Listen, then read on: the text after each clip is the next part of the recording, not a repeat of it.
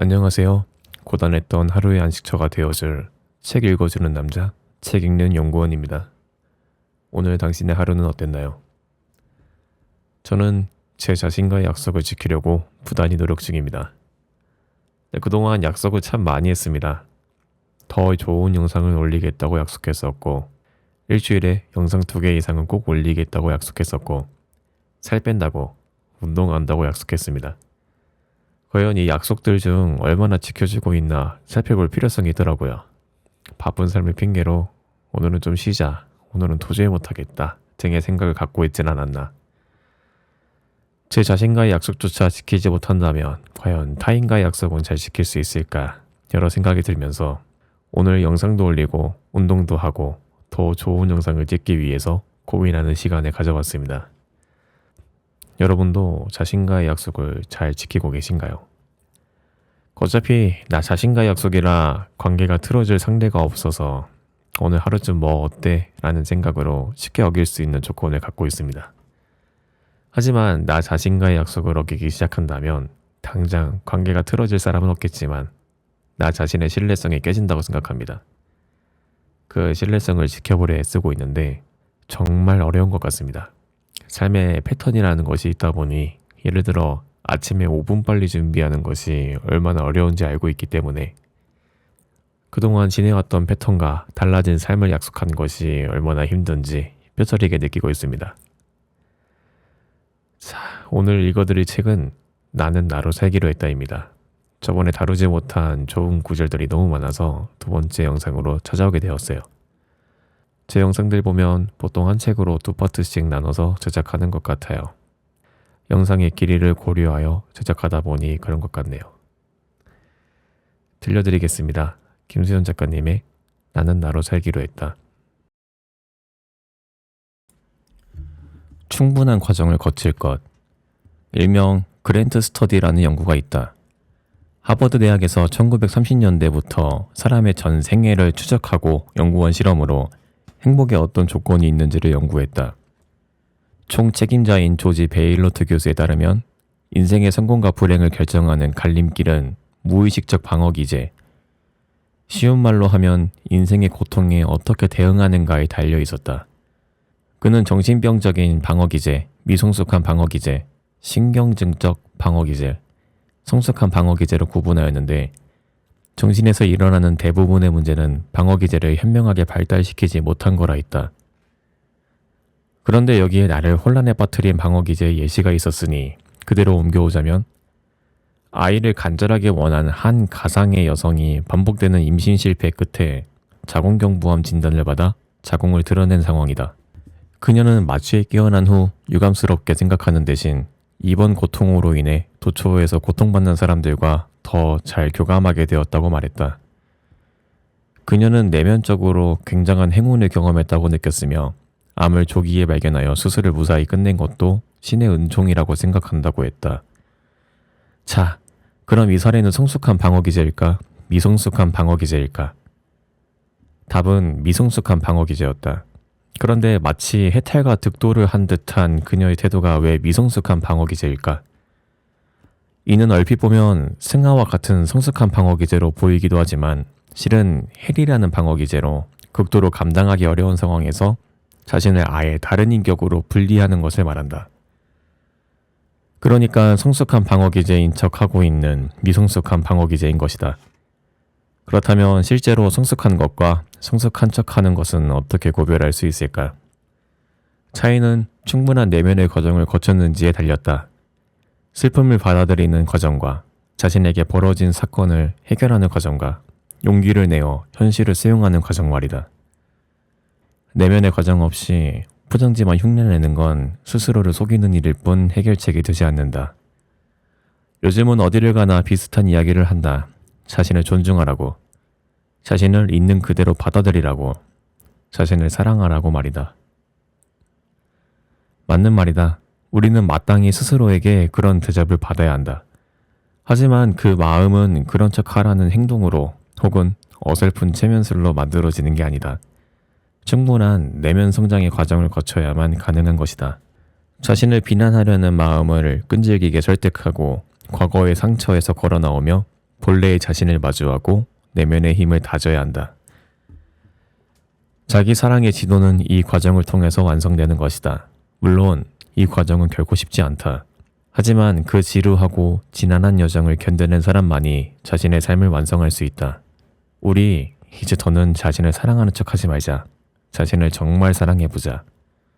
나는 내가, 그리고 당신이 그러했으면 좋겠다. 충분히 슬퍼할 것. 우리는 살면서 많은 것과 이별한다. 때론 소중한 사람과 이별하고 사랑받지 못한 채 지나버린 어린 시절과 이별하고 자신이 품었던 이상과 이별하고 젊음과 이별하며 자신이 믿어온 한때의 진실과 이별한다. 이 모든 이별에는 길든 짧든 애도가 필요하다. 애도란 마음의 저항 없이 충분히 슬퍼하는 일이다. 그런데 우리는 고통을 마주할 용기가 없어 억지로 외면하거나 억누르고 혹은 자신의 마음을 미처 이해하지 못해 자기 자신에게 슬퍼할 기회를 주지 않는다. 하지만 감정은 틀어막는다고 해서 사라지지 않기에 프로이트는 충분한 애도를 하지 못했을 때 우울증이 발생한다고 했다. 애도의 과정을 거치지 못한 상실은 씻겨 내려가지 못한 채 우울이라는 웅덩이에 고이고 우리를 앞으로 나아가지 못하게 하는 것이다. 만약 이유를 알 수 없는 우울함이 내 안에 머무르고 있다면 우리는 그 실체를 찾아야 한다.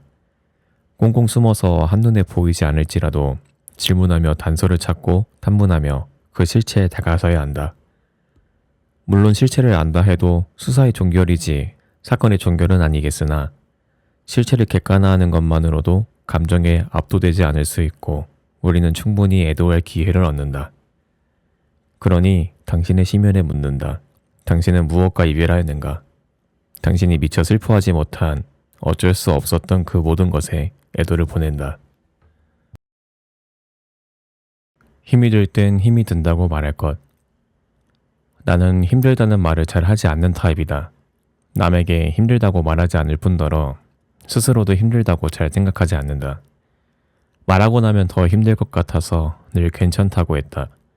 그런데 이렇게 힘이 들어도 힘들지 않는 척 감정을 묶어두면 자신의 마음에 대한 감각은 무뎌진다.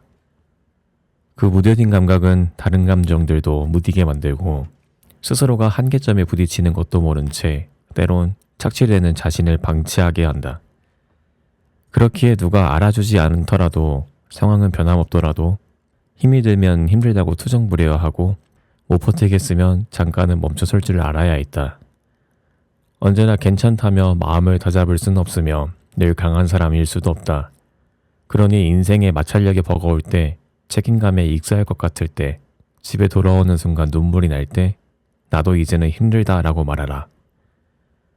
누구도 당신을 대신 지켜줄 수 없고 견디기 버거운 희생은 자기 학대일 뿐이다. 조금은 이기적이어도 괜찮고 조금은 무책임해도 된다. 책임감을 논하며 질식할 때까지 스스로를 방치하는 것만큼 자기 자신에게 무책임한 일은 없다. 그런 의미로 굉장히 힘들었습니다. 내 개인의 취향을 갖출 것. 예전 남자친구는 아트센터에서 하는 공연 티켓을 정기적으로 구매해 관람하길 좋아했다. 대부분 해외에서 초청된 공연으로 현대무용이나 행리예술 같은 공연이 많았는데 그는 여자친구인 내가 함께 하길 원했다. 하지만 나는 몇 번을 가도 플라멩코 공연을 제외하곤 재미가 없었다. 팸플릿을 읽어도 무슨 의미인지 이해가 안 됐는데 나는 난해함보다는 명료함을 좋아하는 사람이었다. 그래서 내 취향이 아닌 것 같으니 이젠 다른 사람과 가라고 했다. 취향이란 그런 것이다. 누군가는 현대무용을 보며 감탄하고 누군가는 원피스 피규어를 보며 감탄하고 누군가는 HBO의 왕자의 게임을 보며 감탄한다. 어떤 이들은 취향의 고화를 나누고 같은 취향을 강요하는 실수를 저지르지만 취향의 차이는 우열의 증거가 아니며 강요할 수 있는 영역도 아니다. 삶을 풍요롭게 하기 위해서는 자신의 취향을 찾아야 한다. 그리고 이를 위해선 자기 감각에 솔직해져야 한다. 타인의 평가나 시선에 강요받거나 SNS에 인증하기 좋은 것을 쫓아다녀서도 안 된다. 자신의 취향을 깊이 향유하기 위해 안목을 키우는 노력도 필요하지만 취향 자체는 개발하는 것이 아니라 느끼는 것이다. 나는 공연보다는 전시가 좋고 슬픈 영화보다는 유쾌한 오락 영화가 좋고 스테이크와 와인의 조합보다는 돼지갈비와 비냉의 조합이 좋다. 우리 각자에게 필요한 건 자기소개서 취미란에 적어낼 그럴듯한 취향이 아니라 일상을 풍요롭게 할 개인의 취향일 뿐이다. 삶의 먹과 낭만은 그곳에 있다.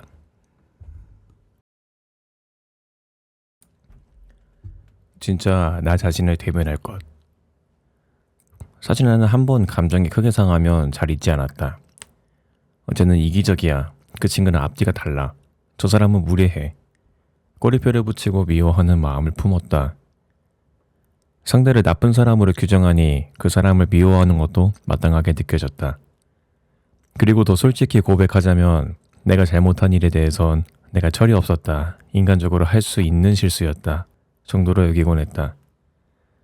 그런데 문득 과거를 곰씹다가 왜 상대의 잘못은 철이 없던 인간적인 실수로 여기지 못했을까 하는 생각이 들었다. 사실 못난 마음이야 누구에게나 있고 실수는 늘 벌어지며 내가 서툴렀던 것처럼 상대 역시 그저 서툴렀던 건데 말이다. 아무래도 제일 악당은 내가 아니었을까. 그동안 나는 내가 좋아하는 면들만 나라고 생각했다.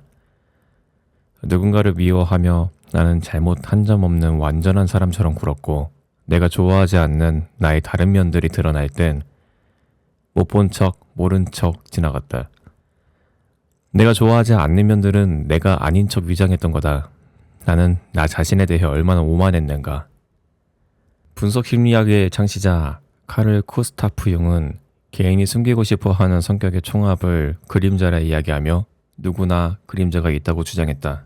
그의 말에 따르면 그림자는 완전히 제거될 수 없으며 건강한 내면을 갖기 위해서는 그림자와 화해하는 것이 최선의 방법이다. 우리는 한 사건에 대하여 한 가지 감정만 갖는 게 아니며 누구나 인정하기 싫은 찌질함과 이기적인 마음, 흑역사가 있다. 그런데 내면의 그림자를 보기 싫다고 모른 척하면 마음에는 내가 출입할 수 없는 공간들이 생겨나게 된다. 그러면 자기 개념은 뒤죽박죽이 되어 자신을 제대로 인식할 수도 통제할 수도 없게 된다. 우리가 보다 건강한 내면을 키우기 위해서는 자신의 부족한 모습까지 자각하고 반성하며 받아들이는 것이 필요하다. 그러니 자신의 싫은 면들도 인정하자. 있는 그대로의 자신을 만날 때 감춰둔 욕망에 허용치를 줄 수 있고 그 허용치만큼 자신과 타인에 대해 관대해 줄 수 있다. 외면과 병명을 멈추고 내가 좋아하는 나와 내가 싫어하는 내가 통합된 진짜 자기 자신을 대면하는 순간 우리는 비로소 오만한 인간이 아닌 인간적인 인간으로 살아갈 수 있다. 우리는 누군가가 완벽하지 않아서 싫어하지 않는다. 완벽한 척하는 그 오만함에 찔리는 거다.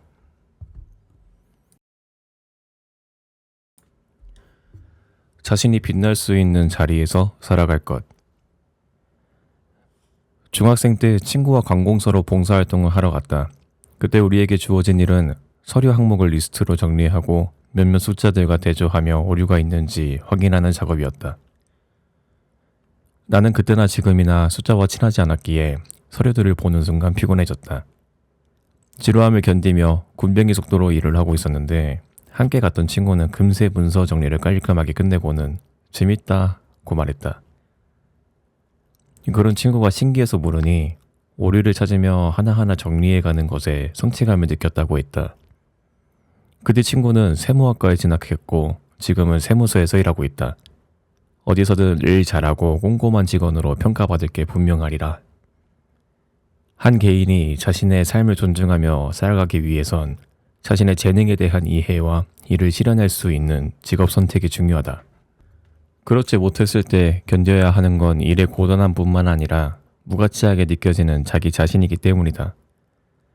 그런데 많은 이들은 재능을 찾으라 하면 예술적이거나 특수한 직업만을 떠올리기도 하고 엄청난 재능만이 가치 있다고 여기는 듯하다. 그 생각에 갇히면 자신의 재능과 장점에 충분히 주의를 기울이지 못하게 된다.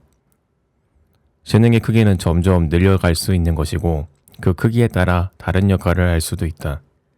예를 들면 글을 쓰는 모든 사람이 신춘문예에 도전할 필요는 없다. 재능의 크기보다 중요한 건 자신이 어떤 재능을 가졌는지 구체적으로 아는 것이다. 그렇다면 재능이란 무엇일까?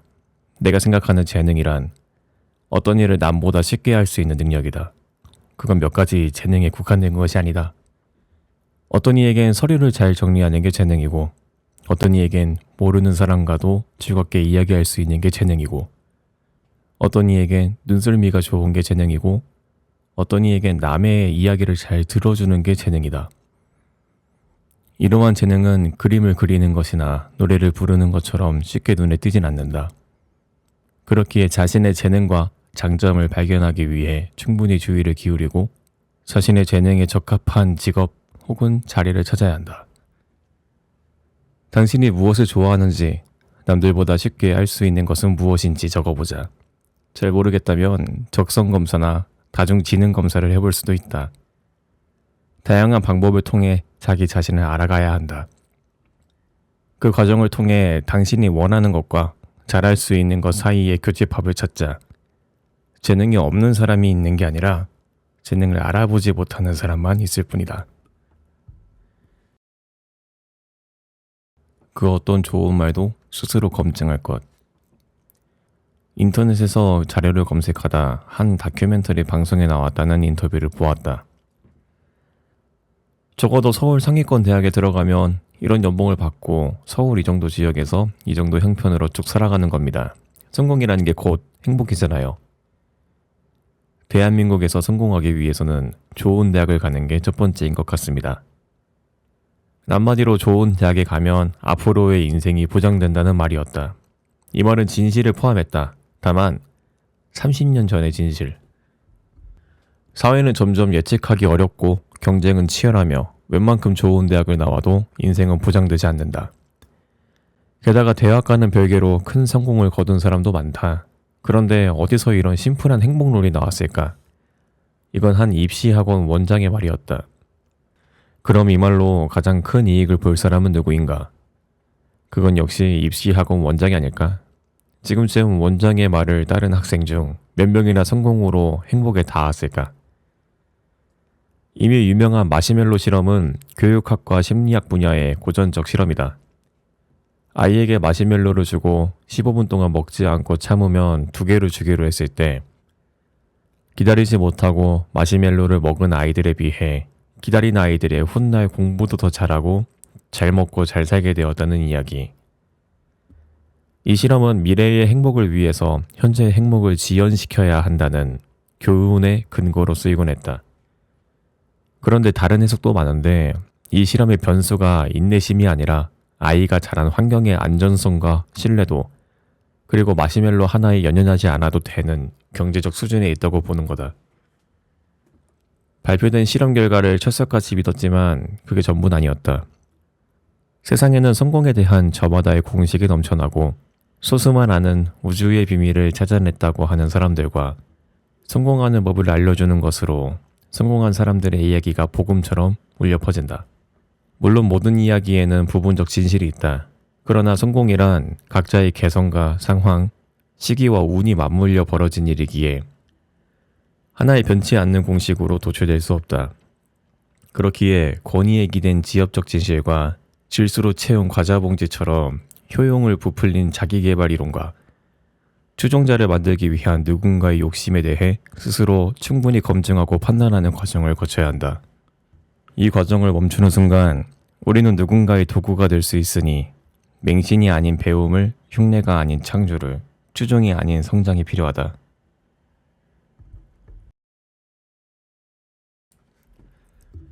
삶이라는 모호함을 견딜 것. 나는 점 보는 것을 좋아한다. 나의 유흥이자 취미생활이랄까. 심지어 최근에는 직접 명리학을 공부하기도 했다. 그런 점은 얼마나 맞는 걸까? 이 책을 준비하던 시절 친구들과 점집에 간 적이 있다. 그때 점쟁이 말을 요약하면 책은 무조건 망할 테니 굶어 죽기 싫으면 정신 차리고 해서 나가라. 당시로서 너무 우울한 전기였지만 책이 망하지 않은 걸 보면 나보다 그 점집이 먼저 망하지 않을까 싶다. 물론 무릎을 칠 만큼 정확한 곳도 있었지만 한나란 시에 태어난 쌍둥이조차 같은 인생을 살지 않고 아무리 용한 점술가도 자신의 점괘를 100% 확신할 수 없다.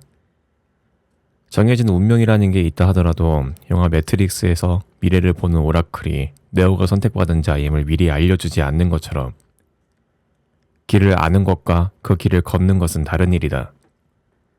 결국 점이라는 건 홍삼가루가 첨가된 홍삼 캔디처럼 약간의 진실이 함유된 추측일 뿐이며 슈레딩거의 고양이가 살았는지 죽었는지는 상자를 열기 전까진 누구도 알 수 없는 것이다. 그럼에도 우리는 삶의 확신을 얻고 싶어 점을 본다. 하지만 노스트라무스가 관뚜껑을 열고 나온다 해도 미래는 장담할 수 없다. 그건 전쟁이가 내공이 없어서 혹은 복체나 정성이 부족해서가 아니라 삶의 본질이 모호함이 있기 때문이다. 확신이 필요한 당신에겐 미안하지만 10년 동안 타로, 사주, 신점을 가리지 않고 숱한 기여를 하고 내린 결론을 말하건대 삶이란 결국 모호함을 견뎌내는 것이다. 결국 점을 보는 이유는 다 잘 될 거예요. 그 한마디를 듣기 위해서다. 점쟁이 대신 믿으시게 자신의 힘을.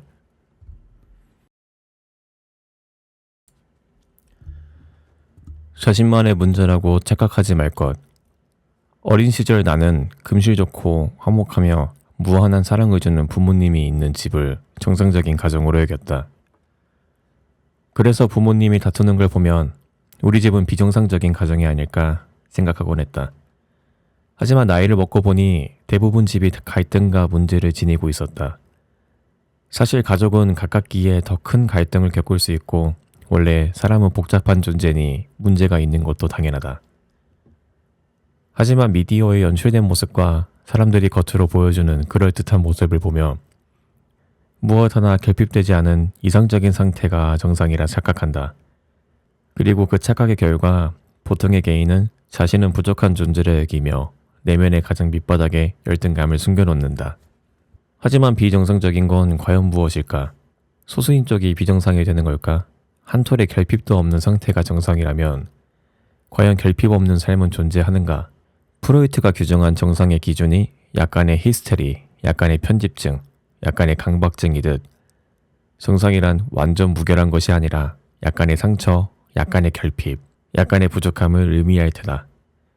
삶에는 여러 형태가 있으며 우리는 각자 다른 모습으로 살아가는 소수의 존재일 뿐 당신이 어떤 가정 환경에서 자랐건 당신이 어떤 문제와 결핍을 가졌건 초라해지지 말자. 그 무엇이건 다 정상이다. 사람들은 불행을 꼭꼭 숨겨두기에 모를 뿐 세상에 보편적이지 않은 불행은 없다. 미래에 대한 엉터리 각본을 쓰지 않을 것. 한동안 별일 아닌 일에도 걱정을 번복한 적이 있다. 미리 걱정해두면 막상 문제가 벌어졌을 때 안도감이 들어서 그랬다. 예를 들어 기침이 계속 나와 폐병을 걱정하며 병원에 가면 독감쯤은 다행스럽게 여겨지는 것처럼 안도감을 얻기 위해 과장된 걱정을 했던 거다. 그런데 마음이라는 건 신기하게도 중간 과정 없이 반복돼서 나중에는 기침만 해도 폐병에 걸린 듯 벌벌 떨게 된다. 그렇게 왜곡된 걱정은 습관이 되고 최악의 상황을 홀로 리허설하며 탈진하게 된다. 그런데 일어나지 않은 일을 앞서 걱정하는 건 핵쟁쟁이 일어날까 두려워 땅굴에서 살거나 쓰지도 않은 물건을 대량 구매했다가 유통기한이 지나 쓰지도 못하고 버리는 것과 마찬가지 행위다.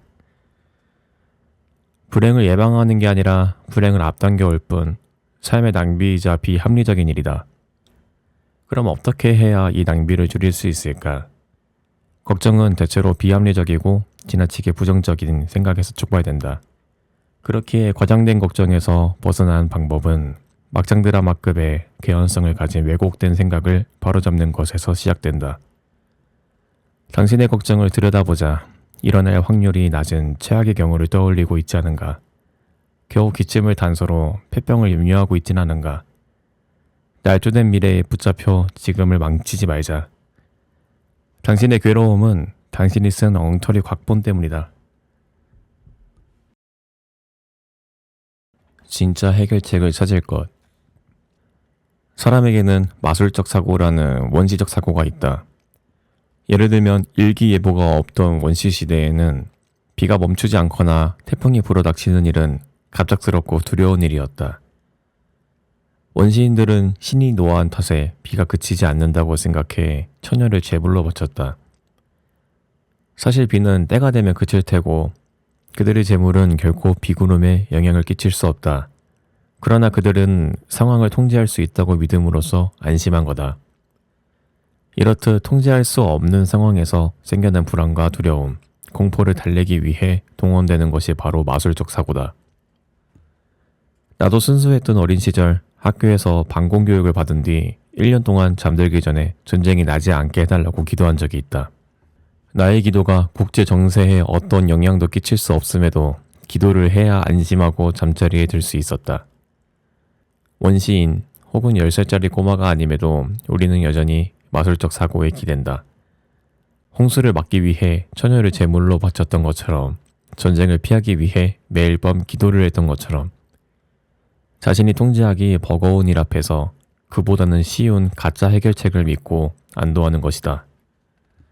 그래서 사람들은 암 치료를 위해 사이비 교주를 찾아가기도 하고 데이트 폭력을 일삼는 연인의 변명을 믿기도 하며 문제가 현실에서 나타나고 있는데도 모른 척하기도 하고 행복과는 상관없는 일에 맹목적인 노력을 기울이기도 한다.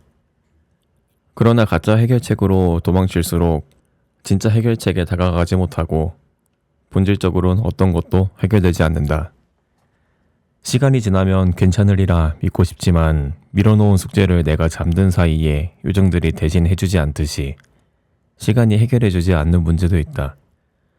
만약 당신이 어떤 지점에서 계속 벗어나지 못하고 있다면 그동안 가짜 해결책에 매달리고 있던 건 아닌지, 문제의 실체를 제대로 마주하지 못했던 것은 아닌지 되돌아봐야 한다.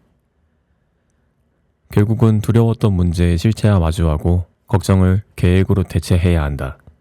물론 그 시간이 버겁고 힘들 수 있다.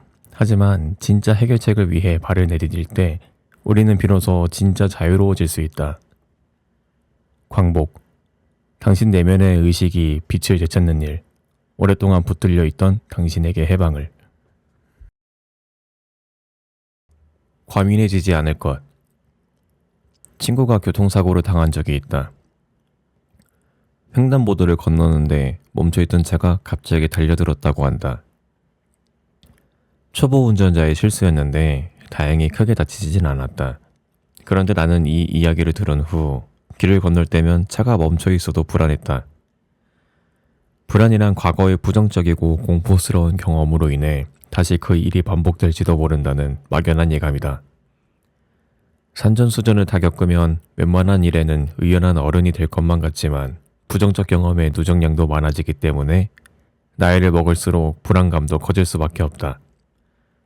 그리고 그 부정적 경험은 친구의 사고에서 불안감이 전이됐던 것처럼 간접적으로도 영향을 받을 수 있다. 우리는 불안할 일이 너무 많은 세상에서 산다. 미디어에서는 각종 사건 사고를 생생하게 전달한다. 건강 프로그램을 보면 예방하고 조심할 게 한두 가지가 아니고 불안정한 경제는 삶의 무엇도 보장하지 않는다. 사람들은 날이 서 있고 인터넷 커뮤니티에는 온갖 진상에 대한 제보로 넘쳐난다. 이렇게 너무 많은 변화와 위협을 보고들은 우리의 마음은 쉴 새 없는 불안으로 과민해졌다. 그리고 과민해진 마음은 실제로 벌어진 상황과 우리가 생각하는 것 사이의 경계를 무너뜨리고 큰일이 아닌 상황에도 비상사태가 일어난 듯 불안을 떨게 한다. 문제가 생겨서 불안한 것을 넘어 불안 자체가 문제가 되는 지경까지 이르는 것이다. 그렇기에 조금은 둔해질 필요가 있다. 지나치게 과민해진 스스로에게 말해야 한다. 과거에 일어난 별개의 일일 뿐이고 꼭 나쁜 쪽으로 흘러가리란 근거는 없으며 당신이 충분히 감당할 수 있는 일이라고. 긴장을 풀고 당신의 머릿속 세계가 아닌 진짜 당신의 세계로 귀환하라. 당신이 실제로 경험한 삶은 당신의 불안보다 평화로우며 당신은 당신의 생각보다 강하다. 불안하다고 무작정 열심히 하지 말 것.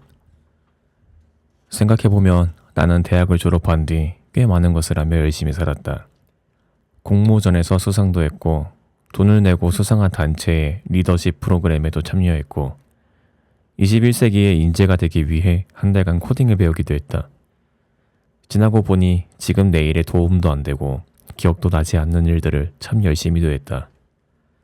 물론 세상에 쓸모없는 경험이 어디 있으랴. 스티브 잡스가 타이포그래피를 배워둔 것이 훗날 애플 디자인에 영향을 끼친 게 아니더냐.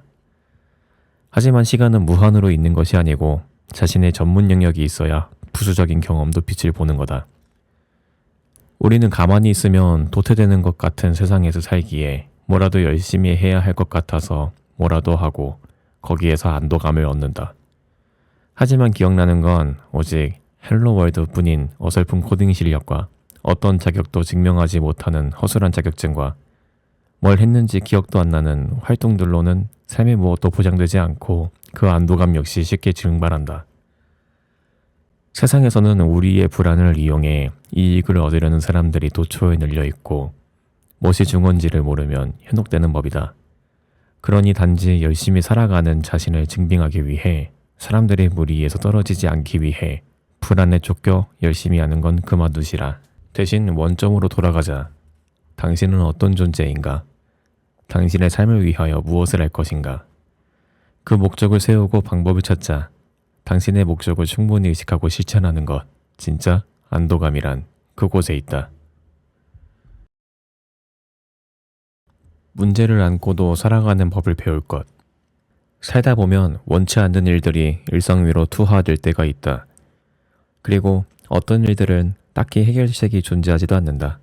다시 되돌릴 수 없는 일, 과거의 실수가 현재의 발목을 붙잡는 일, 오랜 시간을 돌보며 그때그때 덧나지 않도록 관리해야 하는 일. 그런 일들이 들이닥칠 때 손상된 삶 따위는 내팽개치고 싶다는 생각이 든다. 인생도 닌텐도 게임처럼 리셋하고 다시 시작될 수만 있다면 얼마나 좋을까. 이번 생은 망한 것 같으니 죽은 듯이 살아가야 할까. 내게도 그런 순간이 있었다. 하지만 그런 생각을 하다가도 끝에는 그래도 나는 살아가고 싶다는 결론에 닿았다. 몇 가지 사건들로 내 삶 전체를 포기하는 건 너무 억울했고 남들이 보기엔 내 삶이 별거 아닐지라도 내겐 전부이므로 언젠가의 드라마 대사처럼 나는 여전히 내가 애틋했고 내가 잘 되길 바랬다. 당신도 그럴 수 있다. 너무 지쳐서 나 자신이 지긋지긋해서 감당하기 힘들어서 그런 나 자신을 내팽겨치고 싶을 수가 있다. 하지만 내가 아닌 누구도 내 삶을 대신 돌봐주지 않는다. 상처가 생겼다는 이유로 마음에 차지 않는 나는 이유로 누구의 돌봄도 받지 못한 채 내 삶이 홀로 울고 있다면 그건 너무 미안하지 않은가? 그러니 살다가 어떤 불행을 마주한다 해도 충분히 슬퍼하고 괴로워했다면 그 원치 않는 사실과도 함께 살아가는 방식을 익히자. 당신의 고단함이 별것 아니라서 혹은 다들 그렇게 사니까 같은 이유가 아니라 당신에겐 가장 애틋한 당신의 삶이기에 잘 살아내기를 바란다. 진심으로. 서로에게 최소한 예의를 보일 것. 실종된 후 사체로 돌아온 한 남자에 관한 이야기가 뉴스와 인터넷을 뜨겁게 달군 적이 있었다. 한동안 네티즌 사이에서는 그 사건이 자살인가 타살인가 본인 거실로 인한 사고인가를 두고 온갖 추측이 난무했다. 하지만 자살이든 타살이든 본인 거실로 인한 사고사이든 비극이 아닌 것이 무엇일까? 이방인에게는 달동네도 낭만이고 여행자에겐 가난도 경험이고 제3자에겐 누군가의 비극도 가십거리가 된다. 그렇게 우리는 때때로 일면식도 없는 사람들의 이야기에 애정 없는 호기심을 멈추지 못한다. 하지만 그게 나의 이야기가 된다면 우리는 허락할 것인가? 우리에겐 타인의 사생활을 알 권리가 없다. 내 인생이 누군가의 도마 위에 오르는 것이 싫다면 타인의 삶 역시 보호되어야 한다. 타인의 삶은 지켜주지 않은 채 나의 삶만 배타적 보호구역으로 지정할 수는 없는 것이고 나에 대해서 잊혀질 권리를 주장하며 타인에 대해서는 알 권리를 주장할 수는 없다. 타인의 사생활에 호기심을 접어두는 것, 그건 내 삶을 지킬 수 있는 전제이자 우리가 인간으로서 서로에게 보여줄 수 있는 최선의 배려일 것이다. 모든 이에게 이해받으려 애쓰지 않을 것. 결혼은, 취업은, 연애는, 저축은. 사람들은 이런 질문이 불편하다고 착각한다. 사실은 질문이 불편한 게 아니다. 그 질문 뒤에 내려지는 나에 대한 타인의 판단이 불편한 거다.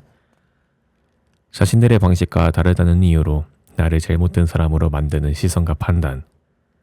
자신에 대해서도 잘 모르면서 타인에 대해선 심리학자이자 프로파일러이자 가장 중립적 비평가로 둔갑하여 너무나 쉽게 판단한다. 그러나 누군가 2차 방정식을 이해하지 못한다면 문제는 2차 방정식이 아닌 그 사람의 이해력 부족에 있듯이 누군가 우리를 이해하지 못한다면 그건 역시 우리의 문제가 아니라 상대의 이해력 문제일지도 모른다. 그러니 그들에게 쩔쩔맬 필요도 없고 모든 이에게 우리를 증명하려 했을 필요도 없다. 우리는 편협한 이들에게 이해받으려 사는 것이 아니다. 당신의 삶은 당신의 것이다. 3인칭 시점을 전지적 작가 시점으로 여기는 오만은 언제나 진실을 오독하기 마련이다. 서로의 경계를 지켜줄 것. 늘 밝은 모습의 친한 친구가 있다. 나는 대학 시절 과제 쓰나미에도 회사의 철야 근무에도 그 친구가 우울해하거나 힘들어하는 걸 본 적이 없다. 친구의 그런 모습에 다들 신기해했다. 과연 그늘 한 점 없는 인간이란 가능한가? 10년 넘게 본 친구로서 짐작하건대 친구는 그늘을 애써 숨긴다기보단 그늘의 면적이 남들보다 넓지 않은 것 같다. 체력도 좋고 자기 세계도 확고하고 예민하지도 않다. 다만 친구에겐 넘어서지 않고 넘어오게 하지 않는 개인의 영역이 있는 듯하다. 그건 비밀이 많다거나 음흉한 사람이라 그런 게 아니다. 누구나 개인의 영역이 있는 것이고 안정감을 느끼는 경계의 범위가 다를 뿐이다. 과거의 우리는 우리가 남이야? 라는 말로 경계를 침범하는 관계에 익숙했고 그 경계를 침범하는 것을 친밀함의 관문으로 여기기도 했다. 하지만 경계에 대한 통증은 각자 다를 수밖에 없다. 모든 그늘을 낱낱이 확인하고 경계를 읽는 것만이 좋은 관계는 아니며 친구라는 이름으로 경계의 통행권을 무한정 요구할 순 없다. 설사 누군가의 경계가 너무 두텁다 해도 그걸 타인이 밖에서 깨고 말고 할 것은 아닐 뿐더러 개인의 사적 영역을 완전히 헤집는 관계는 폭력적이기까지 하다. 그렇기에 좋은 관계란 서로의 경계를 존중하는 것이며 좋은 우정이란 서로의 친밀감을 느끼면서도 한편으론 안정감이 담보될 수 있는 거리에서 애정으로 함께하는 것이다. 너그러운 개인주의자가 될 것. 미움받을 용기라는 책이 한국과 일본에서 엄청난 베스트셀러가 된 적이 있다. 당시에 출판계에선 큰 이슈가 되었는데 한국과 일본의 독자들이 이렇게까지 이 책을 많이 읽었던 이유는 무엇일까? 두 나라는 행복 연구에서 중요성을 나타내는 국가라 한다.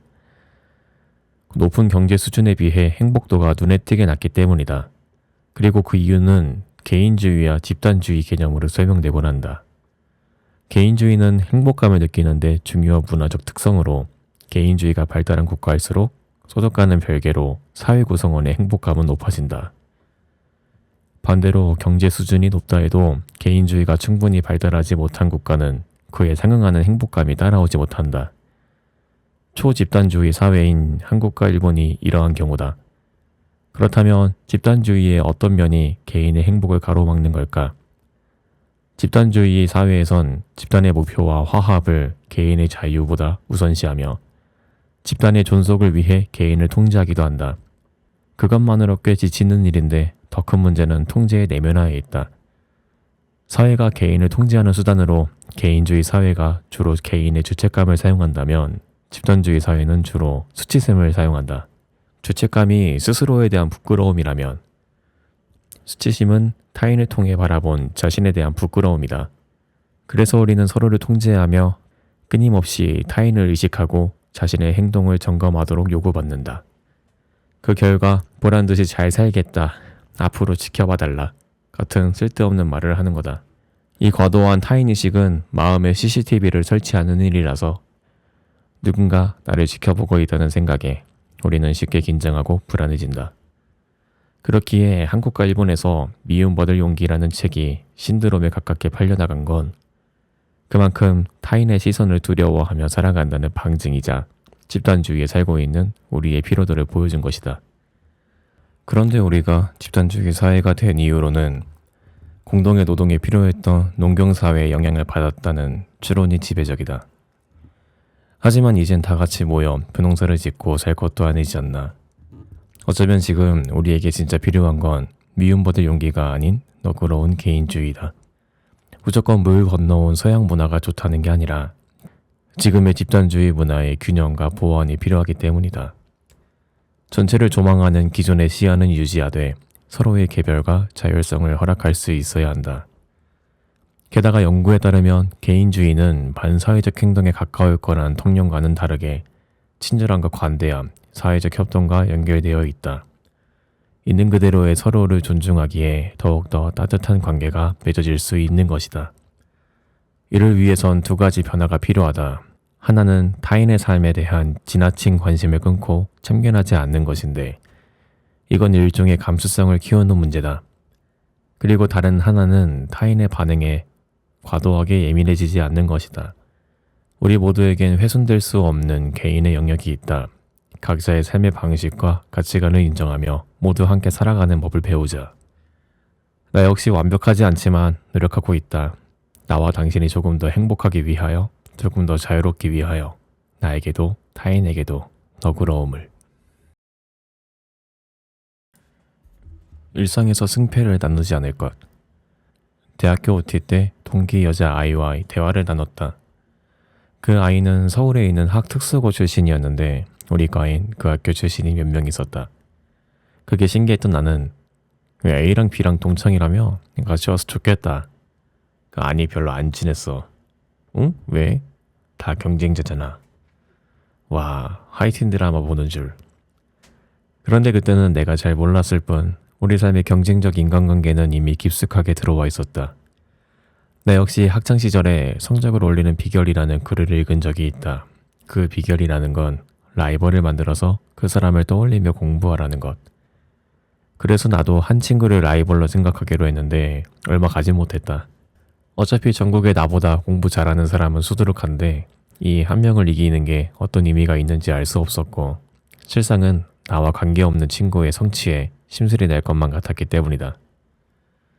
그런데 나는 받아들이지 않아서 다행이라 쳐도 얼마나 많은 이들이 그 글을 읽고 라이벌을 만들었을까. 우정의 기초와 세상에 대한 신뢰를 다져야 했던 시절, 우리는 더 좋은 대학, 더 좋은 성적을 위해 경쟁적 대인관계를 독려받았다. 그건 타인을 신뢰하는 대상이 아닌 경쟁하는 대상으로 바라보게 했고 우리의 공동체 의식을 말살시키며 사랑과 세상에 대한 신뢰를 훼손시켰다. 그래서 우리 사회는 집단주의 사회임에도 OECD의 공동체 분야의 과사회적 관계에서 부동의 꼴찌를 차지한다. 개인주의가 뿌리내린 서구의 사회보다도 공동체가 훨씬 빈약하다는 것이다. 그 의미는 여전히 강력하게 남아있는 집단주의 문화 속에서 타인의 시선에 맞춰 행동하긴 하지만 그 시선에 신뢰나 유대는 없다는 뜻이다. 관계 속에서 질식할 것만 같으면서도 고독한 낱개의 개인들만 남은 것. 그 사실이 우리를 힘겹게 한다. 그럼 이렇게까지 하며 우리가 얻은 것은 무엇일까? 경쟁적 인간관계가 파워풀한 경쟁력을 가지겠을까? 나는 동의하지 않는다. 예를 들어 봉준호 감독은 자신의 영화의 완성도를 높였을 뿐 마틴 쿠솔세지나 쿠엔틴 타란티노에게 이를 갈며 경쟁심을 불태워서 오스카상을 받은 건 아니기 때문이다. 만약 인간관계에서 한 톨이라도 손해를 참을 수 없게 되었다면, 사촌이 부동산을 알아보는 순간부터 아랫배가 아프기 시작했다면, 쉴 새 없이 승패를 나누고 있다면 나도 모르게 경쟁적 인간관계에 익숙해졌는지 모른다. 하지만 지속되는 경쟁심은 우리를 녹초로 만들고 날 서게 할 뿐 경쟁심이 경쟁력을 보장하진 않는다. 나 아닌 모두를 경쟁자로 여기며 자신을 달달볶을 시간에 진짜 나의 일과 나의 세계를 만들자. 그리고 한 걸음 더 나아가 타인에 대한 신뢰를 회복하고 서로의 순위를 매기지 않는 공동체를 찾아야 한다. 그 안전한 울타리 안에서 자신의 세계를 다질 때 우리가 가진 힘과 가능성은 더욱 강해질 것이다. 미움받지 않기 위해 좋은 사람이 되지는 말 것. 어렸을 때 뒤에서 욕하면서 앞에서 웃는 사람들을 가식적이라 여겼던 나는 뒤에서도 욕하고 앞에서도 욕을 했다. 물론 후회 중이다. 그 덕분에 나는 적이 많았다. 그런데 만날 일조차 없는 사람이라 해도 누군가가 나를 싫어할 수 있다는 사실이 유쾌하진 않았다. 어른이 된 나는 좋은 사람이 되고 싶었다. 나에 대한 안 좋은 이야기를 한다는 말을 들어도 참으며 나만 아기가 없으면 되는 줄 알았다. 그러나 내 생각과는 다르게 나는 좋은 사람이 아니라 안 좋은 소리를 듣고도 아무 말 못하는 사람이 되어버렸다. 그렇다면 나는 왜 좋은 사람이어야 하는가? 물론 나는 여전히 좋은 사람이고 싶다. 나 자신에게, 내 소중한 사람들에게, 내 도움이 필요한 사람들에게. 하지만 자기가 뭐라도 된 듯이 나를 함부로 평가하는 이에게 좋은 사람이 되려 애쓰는 건 자신에 대한 정당방위 기능마저 상실한 것뿐이다. 나는 대등한 존재일 뿐 약자가 아니며 누군가가 나를 싫어한다 해도 그 사실이 나의 삶을 훼손하는 것은 아니다. 그러니 나는 더 이상 미움받지 않기 위해 좋은 사람이 되려 애쓰지 않을 것이다. 타인에게 상처 주지 않는 것은 중요한 미덕이지만 스스로를 지켜내는 건 스스로에 대한 책임이자 권리이다. 부끄러워할 필요가 없는 일에 부끄러워하지 않을 것. 엄마는 어릴 때 심한 열병을 앓은 뒤 구안와사 후유증을 얻게 되었다. 하지만 어린 시절 나는 단 한 번도 엄마 얼굴이 이상하다고 느끼지 못했다. 그러다 초등학교 3학년 때 엄마와 함께 소풍을 갔는데 같은 반 여자애가 우리 엄마가 이상하다고 말했다. 어린 시절의 나로 말할 것 같으면 유치원에서 수영장에 놀러가면 나 혼자만 몰래 숨어서 수영복을 갈아입었을 만큼 유난히 부끄러움이 많던 아이였다. 그러나 나는 엄마의 얼굴이 이상하다는 친구의 말을 듣고도 전혀 부끄럽지 않았다. 엄마의 얼굴에 열병 후유증이 남은 것을 어떤 부분에서 왜 부끄러워해야 하는가? 한 번은 친구 지인이 산후조리원에 갔는데 어떤 사람이 남편 직업은 무엇인지, 집은 아파트인지 주택인지, 자가인지 전세인지까지 물어본 후에 몇 명하고만 연락처를 주고받았다고 한다. 철없는 초등학생도 아닌데 그런 사람들이 있다. 무례하고 자기 기준에 따라 사람을 선별하는 이들. 더 큰 문제는 그 이야기를 들은 친구가 산후조리원에 가게 되었을 때 왠지 사람들과 거리를 두게 되었다는 것이다. 이거는 악순환. 꼴불견인 건 그들인데 무고한 이들이 주눅들어 사람들을 경계하느라 보이지 않는 곳으로 숨어버린다. 하지만 우리는 무엇에 부끄러워해야 하는가? 정말 부끄러워해야 하는 건 누구인가?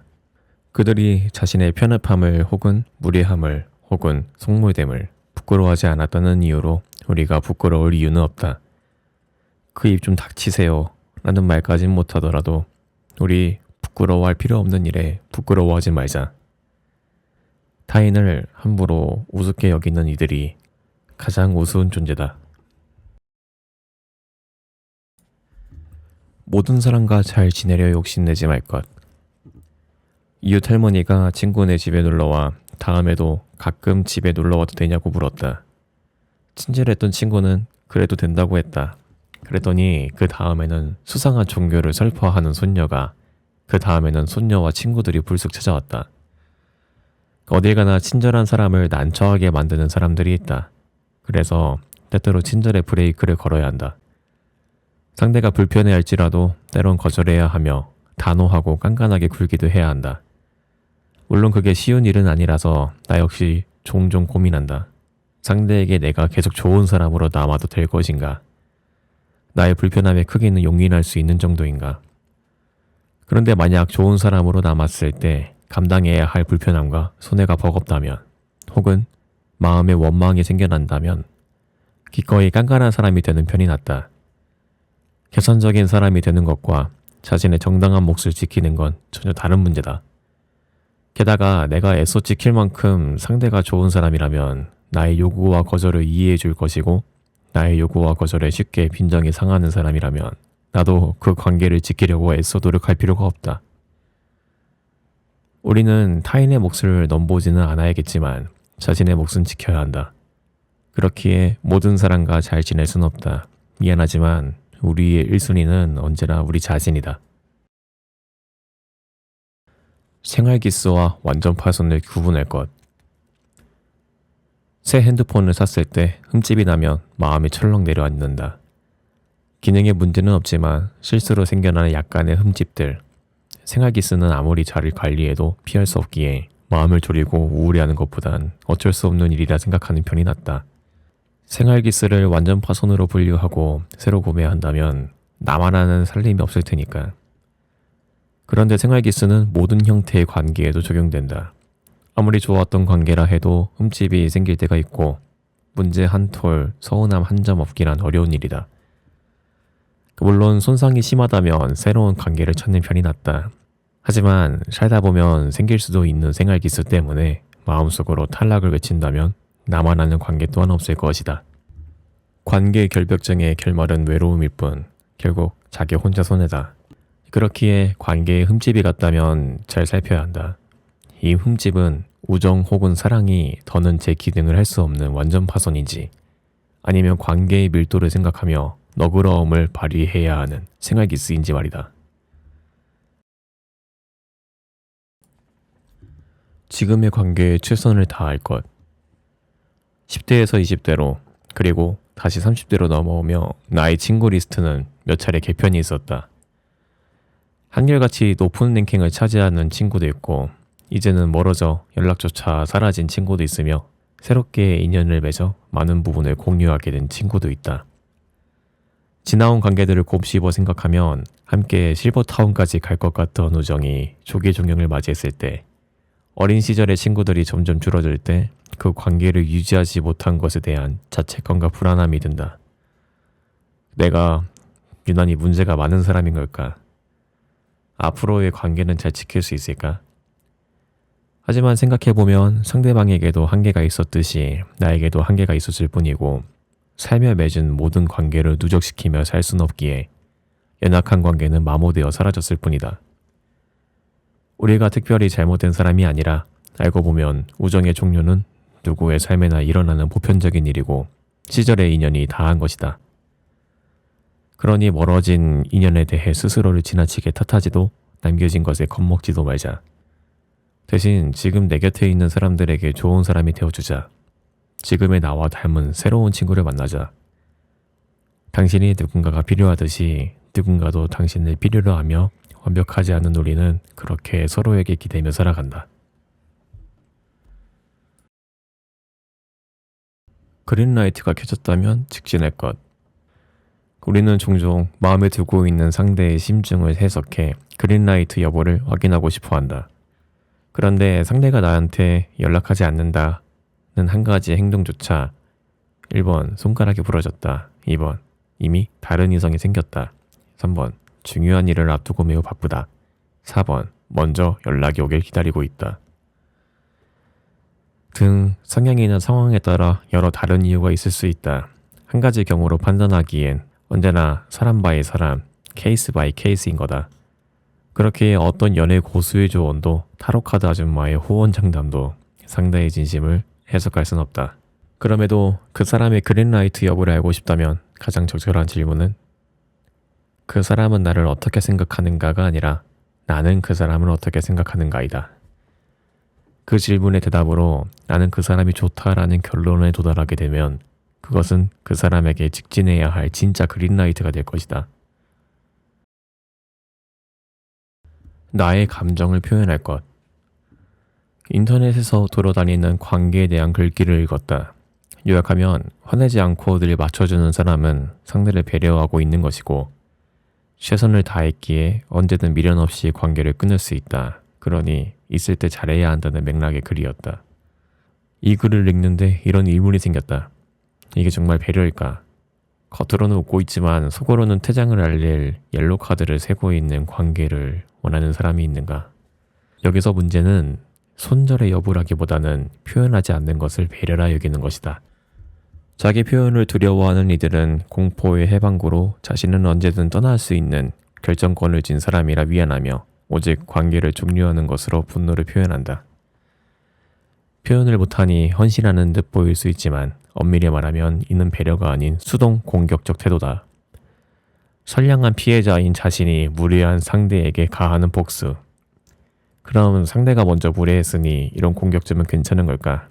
네이트판을 달굴 정도의 진상까지는 아니더라도 남에게 무례한 적이 없다고 장담할 수 있는 사람이 있을까? 우리는 상대의 무례를 기억하지만 상대는 그것이 무례인지 모르고 지나치는 것처럼 우리 역시 나 자신의 무례를 모르고 지나친다.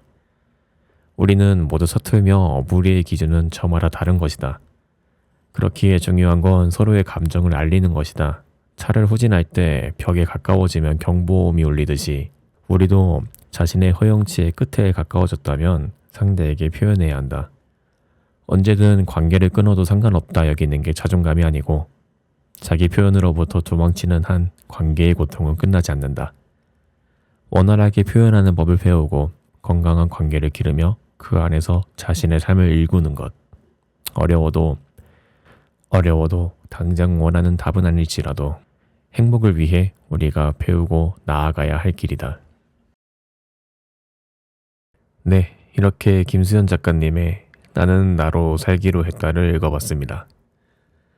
제 생각에는 사회초년생들에게 도움이 되는 말이 정말 많은 것 같아요. 사회생활을 하면서 겪게 되는 인간관계에 대한 조언들이 참 많이 있습니다. 저도 사회생활을 많이 해본 건 아니지만 적당히 몇 년 정도 한 상태에서 이 글을 읽었을 때 제가 똑같이 고민했던 것도 있었고 그 고민에 대한 해답을 어렵사리 내놨는데 그 해답이 그대로 적혀 있는 문구도 있었어요. 저는 몇 년간의 고민과 시행착오 끝에 어렵사리 얻어낸 해답이었는데 이 책에서는 한 번에 해결해 주네요. 물론 이 책에서 말하듯이 사람 바이 사람, 케이스 바이 케이스겠지만 내가 갔던 고민들을 작가님도 똑같이 하셨구나. 이 글귀가 책으로 나온 것을 보니 나 외에도 많은 사람들이 같은 고민을 하는구나 하는 생각을 갖게 됐고 이 책을 제가 사회초년생일 때 알았더라면 시행착오를 조금 줄일 수 있지 않았을까. 사회생활 하는데 남의 눈치를 조금 덜 보면서 멋있게 살아가는 방법을 얻을 수 있지 않았을까 합니다. 그래도 지금이라도 알게 되어서 참 다행이라 생각하고 느끼는 게 많은 책입니다. 이상 책 읽는 연구원이었습니다. 다음 영상에서 뵐게요.